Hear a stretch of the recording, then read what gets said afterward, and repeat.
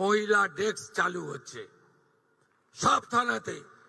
প্রতি মহকুমায় একটি মহিলা পুলিশ স্টেশন, প্রতি থানায় মহিলা হেল্প ডেস্ক, মহিলা পুলিশ আধিকারিকদের নিয়ে দুর্গা স্কোয়াড এবং আগামী দিনে পুলিশে 2টো ব্যাটালিয়ন রানী শিরোমণি এবং মাতঙ্গিনী হাজরার নামে আমরা বাজেটে ঘোষণা করেছি।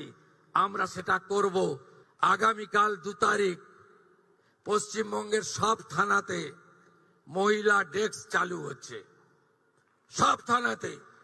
প্রতি মহকুমায় একটি মহিলা পুলিশ স্টেশন, প্রতি থানায় মহিলা হেল্প ডেস্ক, মহিলা পুলিশ আধিকারিকদের নিয়ে দুর্গা স্কোয়াড এবং আগামী দিনে পুলিশে 2টো ব্যাটালিয়ন রানী শিরোমণি এবং মাতঙ্গিনী হাজরার নামে আমরা বাজেটে ঘোষণা করেছি।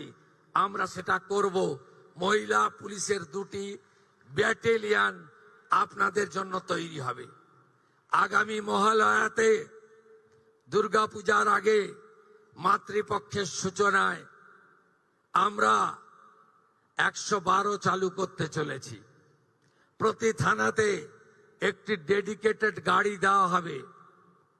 ওই গাড়ি আপনাদের যে কোনো অভিযোগ দ্রুততার সঙ্গে নিষ্পত্তি করবে।